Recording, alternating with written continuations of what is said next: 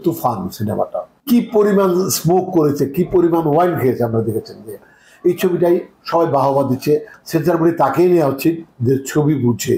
সাকিব খান ভাই কিন্তু বলেছে যে আপনি সিগারেট খান আর মদ খান, উনি করেছেন। যখন ড্রয়িং রুমে চলে যাবে তখন তো বাচ্চা টাচ্চা বাপ মা সবাই দেখবে। প্রচার মানে কি নেগেটিভ হওয়া উচিত না পজিটিভও করা যায়? এত উৎসাহ দেওয়া যাবে না এই ধূমপান এবং মদ্যপান। অনেকেই বলে, যারা বিজ্ঞ অনেকেই বলে যে যাদের সেন্সার বোর্ডের মেম্বার করা হয় তারা আনারি, তারা নিজেরাই সিনেমা বুঝছে না।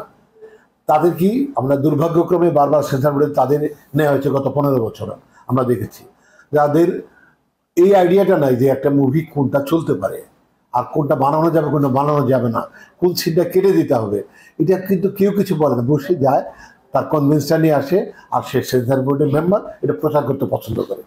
মানুষের কিছু পছন্দের মানুষজন তারা তাদের কোঅপ করে নিয়ে সেন্সার বোর্ড তৈরি করে।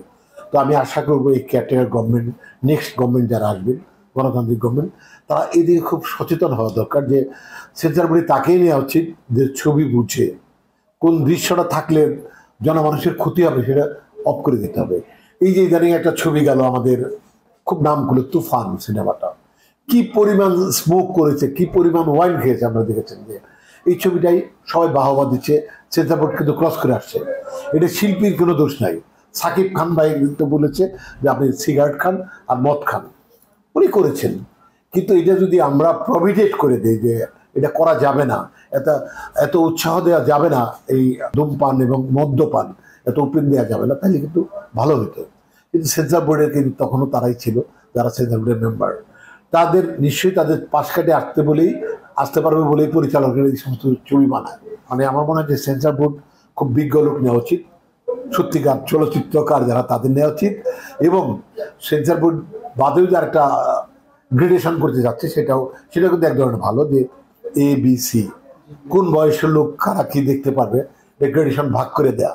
সেই ক্ষেত্রে আবার ওইভাবে তৈরি করতে হবে যে এই কন্টেন্টটা কি ফেসবুকে আসবে বা এই কন্টেন্টটা যখন টিভিতে যাবে তখন তো গ্রেডেশন থাকবে না।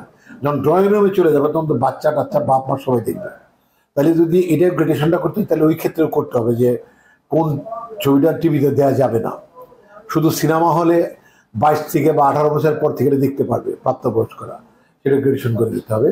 তো যাই হোক, সব কিছু তৈরি করা যাবে, বাট সেটা তৈরি করার মধ্যে ডিটেলে যেতে হবে যে এটা বানালে এটা কীভাবে হ্যান্ডেল করতে হবে। সব কিছু দেশের স্বার্থে, মানুষের স্বার্থে, মিডিয়ার স্বার্থে, চলচ্চিত্রের স্বার্থে করা দরকার বলে আমি মনে করি। এখানে খুব মানে উন্নত করে একটা মিটিং আমরা করেছি, যেটা সহনশীল চলচ্চিত্রের বান্ধব মিটিংটা হয়েছে।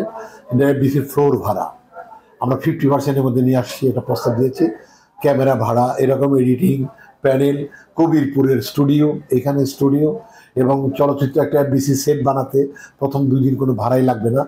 যেটা করলে সম্ভব, যেটা করলে আসলে চলচ্চিত্রে মানুষ ঝুঁকবে। কারণ প্রত্যেকে এসে ক্ষতিগ্রস্ত হয়, সেই ব্যবসায়ী কেন চলচ্চিত্র বানাতে আসবে? তাকে যদি একটু অন্তত তার টাকাটা ব্যাক করে তাহলে হয়তো আসবে। আমি বিশ্বাস করি যে প্রতিদিন FBC-তে 4টা করে শুটিং পাবেন আপনারা। আর আমরা কিন্তু আপনাদের নিয়েই কাজটা করছি, আপনারা ছাড়া আমাদের প্রচার করবে কে? তবে সে প্রচার মানে কি নেগেটিভ হওয়া উচিত না পজিটিভও করা যায়, তাই না? প্রচার মানে কিন্তু আমরা খুব পজিটিভ করতে পারি যে এই ছবিটা ভালো হচ্ছে, এই মানুষটি ভালো, এই অভিনয় খুব ভালো করে, এটা বললে অসুবিধা নেই তো। কিন্তু প্রচার মানে আমরা ধরে নিচ্ছি যে একটা নেগেটিভ বলে ভিউজ বাড়বে, এটা আপনাদেরও ওখান থেকে বেরিয়ে আসতে হবে। আর আমরা আরো ভালোবাসা দেবো আপনাদের, আরো চলতে চাই আপনাদের সাথে গভীরভাবে, অনেক ভালোবাসা নিয়ে। সংবাদ, ফিচার ও অনুষ্ঠানের জন্য ভিজিট করুন সংবাদ প্রকাশের ওয়েবসাইট এবং যুক্ত থাকুন ফেসবুক পেজ ও ইউটিউব চ্যানেলের সঙ্গে।